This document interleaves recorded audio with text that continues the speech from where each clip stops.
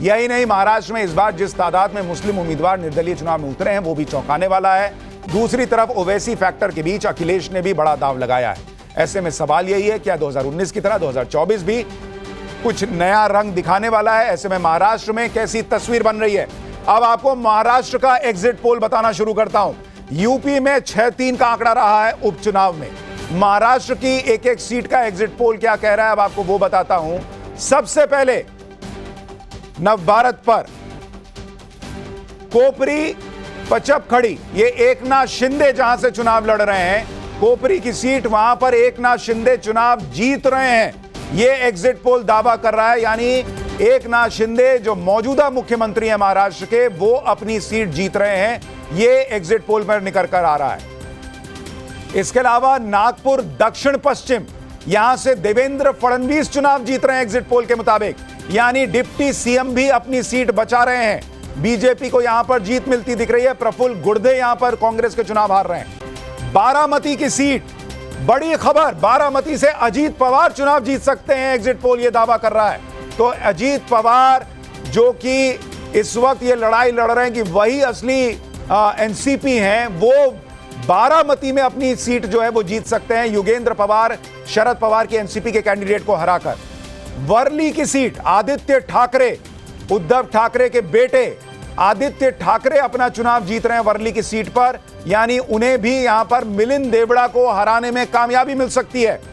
माहिम की सीट, यहां पर एमएनएस के अमित ठाकरे वो चुनाव जीत सकते हैं, यह निकल कर आ रहा है। सदा सरवणकर शिवसेना के और महेश सावंत उद्धव ठाकरे वाली शिवसेना के वो चुनाव हार सकते हैं। येवला की सीट, छगन भुजबल एनसीपी के यहां पर चुनाव जीत सकते हैं येवला की सीट पर। इसके अलावा साकोली की सीट, नाना पटोले, कांग्रेस के नाना पटोले यहां पर अपना चुनाव जीत सकते हैं, यानी जो बड़े चेहरे हैं, बड़े नाम हैं, वो अपना चुनाव जीत सकते हैं। ये इस वक्त तस्वीर निकल कर आ रही है महाराष्ट्र में। इस्लामपुर, जयंत पाटिल एनसीपी शरद पवार गुट के, ये इस्लामपुर से चुनाव जीत सकते हैं। इसके अलावा कराड़ दक्षिण से पृथ्वीराज चव्हाण कांग्रेस के चुनाव जीत सकते हैं और बीजेपी के अतुल भोसले चुनाव हार सकते हैं। मानखुर्द शिवाजीनगर, अबू आजमी, समाजवादी पार्टी के अबू आजमी यहां से चुनाव जीत सकते हैं, यह एग्जिट पोल दावा कर रहा है। यह बड़ी बात निकल कर आ रही है। अबू आजमी ने कहा था कि भाई समाजवादी पार्टी महाराष्ट्र में अच्छा प्रदर्शन कर सकती है और कम से कम वो अपनी सीट पर अच्छा प्रदर्शन कर रहे हैं, यह एग्जिट पोल दावा कर रहा है। डिंडोशी की सीट, सुनील प्रभु, ये शिवसेना उद्धव गुट के हैं, वो चुनाव जीत रहे हैं। संजय निरुपम जो है वो माफ कीजिएगा, संजय निरुपम चुनाव जीत सकते हैं और सुनील प्रभु चुनाव हार सकते हैं, जो कि संजय निरुपम कांग्रेस छोड़कर शिंदे गुट वाली शिवसेना में गए थे, वो चुनाव डिंडोशी से जीत सकते हैं। कणकवली की सीट, नितेश राणे, नारायण राणे के बेटे हैं नितेश राणे, वो बीजेपी के कैंडिडेट वहां पर अपना चुनाव जीत सकते हैं कणकवली पर। मुंबा देवी, शाइना एनसी शिवसेना की अमीन पटेल से उनका मुकाबला, लेकिन शाइना एनसी चुनाव हार सकती हैं और अमीन पटेल कांग्रेस के चुनाव जीत सकते हैं मुंबा देवी से। करजत जामखेड़, रोहित पवार जो कि शरद पवार के पोते हैं, वो चुनाव जीत सकते हैं और राम शिंदे बीजेपी के हार सकते हैं।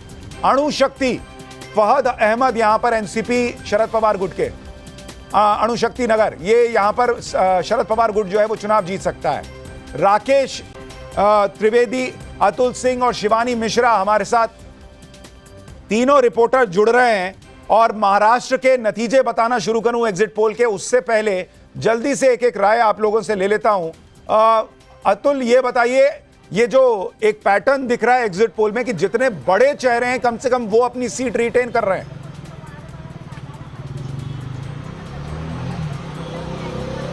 जी देखिए, ये चीज़ सबसे ज़्यादा चौंकाने वाली है कि जितने भी बड़े नाम आपने बताए हैं वो अपनी सीट्स रिटेन कर रहे हैं। हालांकि लोगों के मन में एंटी इनकम्बेंसी, हम जिसे कहें, नाराजगी इस बात को लेकर है कि लोगों ने अपने इलाकों में जिस तरीके की एक्सपेक्टेशन थी उस तरीके का काम नहीं किया। वहीं दूसरी तरफ जिन लोगों को वोट दिया, वो जिनके विरोध में चुनाव लड़ रहे थे, अचानक से उन्होंने पाला बदल लिया, पार्टी में फूट हो गई है। इसके बावजूद कहीं ना कहीं जो बड़े नेता हैं अपनी अपनी कॉन्स्टिट्यूंसीज में, उन्होंने अपना स्ट्रांग होल्ड कहीं ना कहीं बना के रखा। ग्राउंड पर जो उनके कार्यकर्ता थे, ठीक वोटिंग के पहले या आप कह लीजिए या जिस समय इलेक्शन के डेट डिक्लेयर हुए हैं उस दौरान उनकी जो एक माइक्रो इंजीनियरिंग हम जिसे कह सकते हैं, अलग अलग जो है इलाकों में जाके लोगों के बीच में जाना, अपनी बातें कहना, अपने जो काम है उसके बारे में बात करना, सरकार क्या काम करेगी उसके बारे में ब्लूप्रिंट बताना, ये सारी जो चीजें हैं उसका कहीं ना कहीं असर होता हुआ दिखाई दे रहा है। और अब मैं जल्दी से आता हूं जो महाराष्ट्र को लेकर जो एग्जिट पोल है उसके कुछ आंकड़े बताना शुरू करता हूं और रीजन वाइज हम जरा आंकड़े रखना शुरू करते हैं ताकि दर्शकों को पता चले कि महाराष्ट्र में क्या तस्वीर निकल कर आ रही है एग्जिट पोल के मुताबिक। और महाराष्ट्र में इस बार बहुत कुछ दांव पर है, इसलिए ये एग्जिट पोल के नतीजे बहुत कुछ बताएंगे, बहुत दिलों की धड़कनें बढ़ाएंगे। महाराष्ट्र में बड़े बड़े चेहरे अपना चुनाव जीत रहे हैं, ये तो दिख रहा है, लेकिन क्या बीजेपी गठबंधन महायुति सरकार बना पाएगी या महाविकास आघाड़ी की वापसी होगी? अब जरा ये बताना शुरू कीजिए और एग्जिट पोल के नतीजे रखना शुरू किए। करते हैं रीजन वाइज। सबसे पहला आंकड़ा जो हम आपके सामने रखना चाहते हैं, भाई बड़े चेहरे तो देख लिए लोगों ने, लेकिन जरा आप दिखाइए कि रीजन वाइज महाराष्ट्र में क्या तस्वीर निकल कर आ रही है। और वो पहला आंकड़ा आपके सामने रखूं उससे पहले ये देखिए, महाराष्ट्र में, उत्तर महाराष्ट्र में 35 विधानसभा सीटें उत्तर महाराष्ट्र में आती हैं। बीजेपी गठबंधन उत्तर महाराष्ट्र में लीड कर रही है। बीजेपी गठबंधन को 22 सीटें उत्तर महाराष्ट्र में, कांग्रेस गठबंधन को 12 और अन्य को 1 सीट, यानी उत्तर महाराष्ट्र में बीजेपी गठबंधन को बड़ी बढ़त मिलती दिख रही है। 35 में से 22 सीटें बीजेपी गठबंधन के पास जा सकती हैं, कांग्रेस गठबंधन के पास 12 और अन्य के पास 1 सीट जा सकती है उत्तर महाराष्ट्र में। अब जरा एक और दूसरा रीजन बताइए जहां पर महाराष्ट्र में क्या तस्वीर है, जरा दर्शकों के सामने वो भी रखिए। महाराष्ट्र में ये अगला रीजन, ये है विदर्भ का रीजन। विदर्भ में भी बीजेपी गठबंधन 32 सीटों पर आगे और कांग्रेस गठबंधन 26, अन्य को 4 सीट, यानी 97 सीटें, 97 सीटों के रुझान हम आपको बता रहे हैं एग्जिट पोल के। और उसमें बीजेपी गठबंधन 54 पर आगे, कांग्रेस गठबंधन 38 पर आगे। ये इस वक्त दिख रहा है विदर्भ के रीजन में।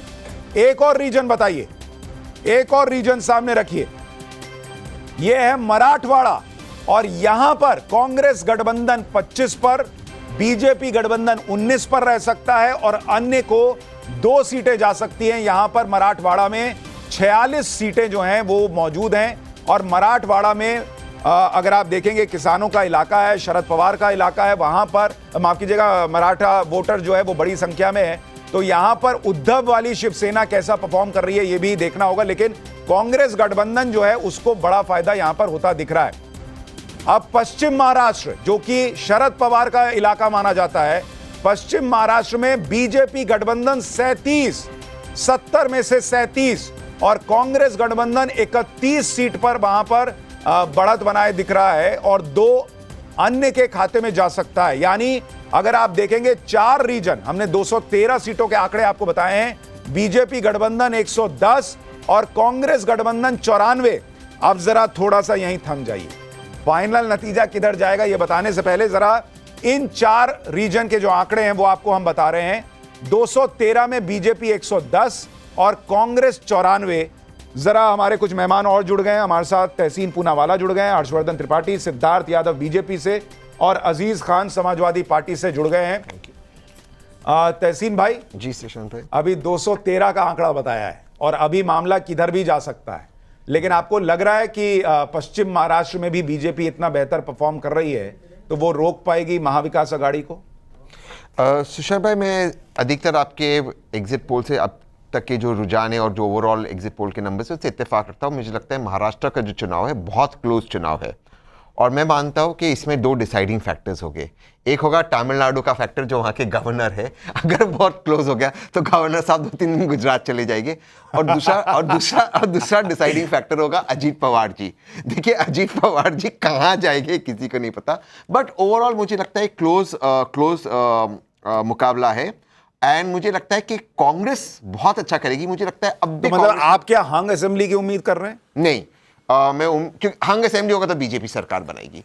क्योंकि या तो नहीं, बीजेपी क्योंकि अभी देखिए 213 का हमने आंकड़ा बताया जी, है, जी, अभी जी। 75 सीट के और आंकड़े आने हैं जी। 75 अगर कांग्रेस गठबंधन में जोड़े तो उनकी भी सरकार बन जाती है, और 100 बीजेपी में जोड़े तो उनकी तो बन ही जाती है। तो आप वो किधर जाता देख रहे हैं अगर मामला? क्लियर कट मेजोरिटी नहीं हुआ तो फिर बीजेपी सरकार बनाएगी, गवर्नर साहब का खेल हो हर्षवर्धन जाएगा। जी, आपके लेकिन हिसाब से एक लाइन अगर मैं बता दूं, सॉरी एक ही लाइन अगर बता दूं, मुझे लगता है कांग्रेस ने अब जो महाराष्ट्र के नतीजे आ रहे हैं, एक मिस्टेक किया है।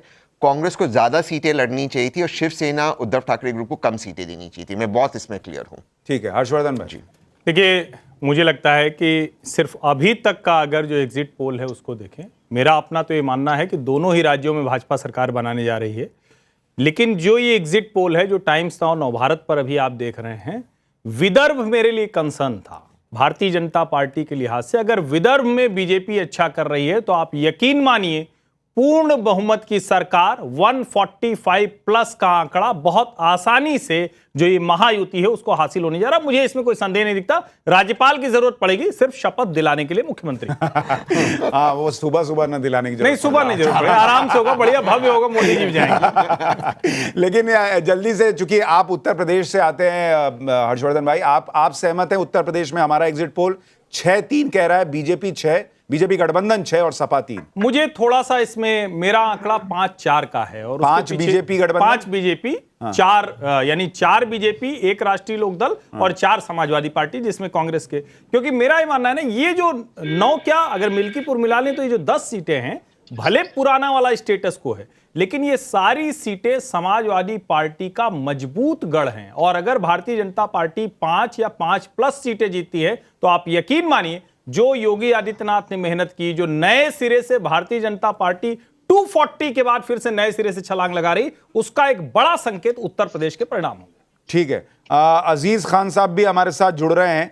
अजीज भाई, आप तो गाड़ी में लग रहे हैं, वोट देके तो नहीं आ रहे, आपको तो किसी ने नहीं रोका। देखिए सुशांत भाई, रोकने की स्थिति तो वो रही आज पूरे दिन, जिस वहां वो की स्थिति रही, जिस तरह पुलिस वालों ने वोटर्स को रोका, वाकई में बहुत लोकतंत्र की बहुत बड़ी हत्या हुई। और मैं सच बताना चाह रहा हूं कि एक तरफ इलेक्शन कमीशन प्रचार करता है कि लोग वोट ज्यादा से ज्यादा डालने जाएं, दूसरी तरफ इन्हीं का प्रशासन रोकता है कि वोट मत डालो। बाहर आईडी चेक करता है, बाहर आईडी देख के रोकता है। तो ये काम अंदर है, पोलिंग बूथ के लोग देखते हैं, इन्हें बाहरी लोग देखते रहे। तो कहीं ना कहीं ये हताशा, निराशा कि क्योंकि 9 की 9 सीटें बीजेपी के हाथ से जा रही थी, और आज उसी हताशा और निराशा की वजह से शासन सत्ता का जिस तरह दुरुपयोग किया गया अच्छा है। अजीज भाई, अगर थोड़ा सा ये मान लें कि थोड़ा सा मान लें कि आपके आरोप सही हैं, तब आपके हिसाब से यूपी में क्या आंकड़ा रहने वाला है इन 9 सीटों पर? सर बहुत ही विचित्र स्थिति आएगी, क्योंकि आप कुछ कहा नहीं जा सकता, क्योंकि शासन सत्ता का चुनाव रहा। और तो जब रोक दिया तब विचित्र क्यों आएगी? तब तो आप लोग हारेंगे फिर। सर मैं ये क्या कहना चाह रहा हूं, सर आज तो अधिकारी बीजेपी के कार्यकर्ता की हैसियत से काम कर रहा था, और किस तरह हमारे वोटर्स को रोका गया, किस तरह पोलिंग बूथ तक जाने नहीं दिया गया। आपके चैनलों ने भी दिखाया, आपके चैनल ने भी दिखाया, तमाम चैनल ने दिखाया। अच्छा अजीज भाई, हर्षवर्धन जी आपसे एक सवाल पूछना चाह रहे हैं। आ रहा हूं सिद्धार्थ आपके पास। हर्षवर्धन जी, सिर्फ एक सवाल, जो दिखा कि एक दरोगा को पिस्तौल निकालनी पड़ी, बड़ा दुखद है, पथराव उसके ऊपर होता है। और मेरा तो सवाल यह है, आप लोग सुबह से कह रहे हैं, कल से कह रहे हैं बुरके वाले को चेक नहीं करना है, आप कह रहे हैं कि हमारे वोटर, क्या सिर्फ मुसलमान ही आपका वोटर है क्या? आप बार बार कह रहे हैं कि मुस्लिम बस्ती में रोक दिया गया। मतलब कैसे आप लोग लोकतंत्र को इतना कम्युनलाइज कर देंगे, नहीं। इतना सांप्रदायिक कर देंगे? सिर्फ मुसलमान आपका मतदाता है। हिंदू बस्ती में तो आपने नहीं कहा, हिंदू इलाके में तो नहीं कहा, हिंदी मोहल्ले में तो नहीं कहा कि वहां पुलिस ने रोक दिया है। कैसी डिबेट आप लोग कर रहे हैं? कम्युनल डिबेट है ये। सुशांत जी मुझे मौका दें। अच्छा बोलिए अजीज भाई, मौका दें मुझे प्लीज, मौका दें। देखिए मैं हिंदू और मुसलमान का नाम नहीं लिया, ये इनके जहन में है, जो जहन में लगातार आज जुबान पे आ रहा है। हमने हिंदू मुसलमान नहीं कहा, हमने वोटर्स को कहा कि वोटर्स को किस तरह रोका गया, पोलिंग बूथ तक जाने नहीं दिया गया, गांव में पुलिस लग गई, निकलने नहीं दिया तमाम। कहिए तो अगर आप कहें तो मैं आपको वीडियो दिखाऊं, मेरे पास दर्जनों वीडियो हैं, दर्जनों जगहों के। अजीज भाई, हमारा रिपोर्टर घूम रहा था, अरे सर आप लोगों के पास तो ईवीएम के भी दर्जनों वीडियो रहते हैं। कैमरे पे, माइक पे लोग कह रहे हैं कि किसी को नहीं रोका, मुसलमान कह रहे थे। अरे सर सारा कैमरे पे हम भी आपको दिखाना चाहते हैं ना। हाँ दिखाइए। आप कैमरे पे देखना चाहे तो कैमरे पे देख लीजिए सर, मैं भी आपको दिखाना चाह रहा हूं, देखिए सर। अच्छा ठीक है, इनको रोका गया है।